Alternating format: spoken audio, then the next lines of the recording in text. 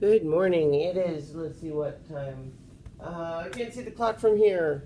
It is 9 something on Saturday, May. Oh, God. May, let's see, 28th, 2016. Boy, you guys, I'm less coherent than I even thought I was. This is 5 more minutes. I got up. I'm Christiana Ellis. Wow. Balticon, yay! Yesterday consisted of going to the Baltimore National Aquarium, which, despite a steep entrance fee of $40, was pretty cool. I enjoyed it. I was not sorry that we went, even though $40 still seems kind of, it's a lot.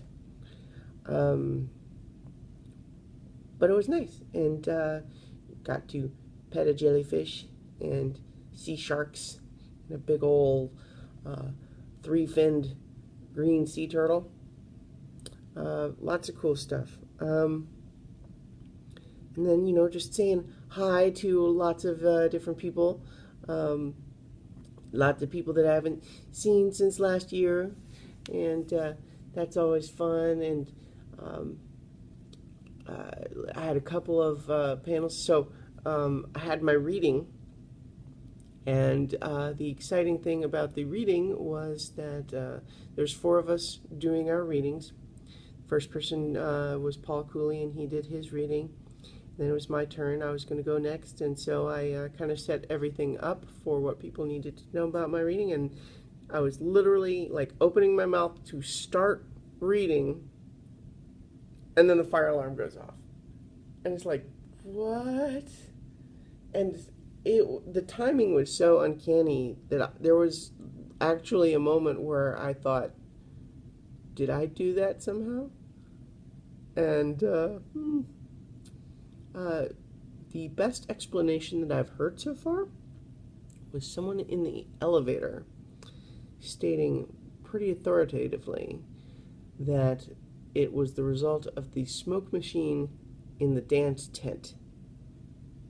I don't know what the dance tent is or where that is, but I'm intrigued now. Smoke machine sounds plausible. That does seem like the sort of thing that could lead to a fire alarm. So everybody in the lower half of the hotel had to go stand on the sidewalk for 15 minutes or so. Apparently the higher floors didn't even get the alarm, but that's kind of standard practice with these big buildings. I mean, the higher floors, like the buildings are constructed so that the fire will not be able to spread between floors. And so the idea is you don't have to have the whole building evacuate at once, which could lead to more accidents when in reality only the people who are most closely located to the potential fire really need to get out of the building. So in any case, after going and standing on the sidewalk for a little while, we made our way back up to the room, and there was fewer people there than before, but I did my reading anyway, and honestly, having the anecdote is more fun than just the reading would have been anyway. And then I was on the Nutty Bites panel, where we talked about C.S. Lewis versus J.R.R. Tolkien, and that was a good conversation too. That one was very well attended.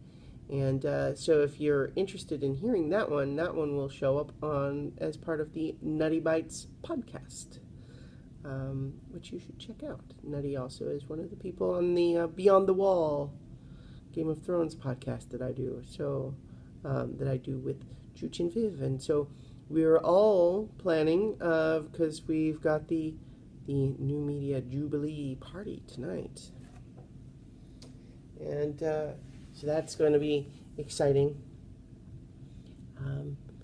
I don't have, I'm trying to think, today I have the Metamora City retrospective panel and the Beyond the Wall panel itself, where we're going to talk about what ifs, like various big events that happened in Westeros and Essos in the Song of Ice and Fire series. It's like, well, what if it had happened differently than that?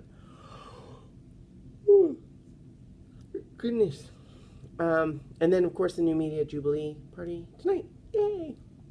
So now I need to get something to eat and figure out what I'm going to do until those things happen. And so I will talk to you guys tomorrow for 5 more minutes. How about that, huh?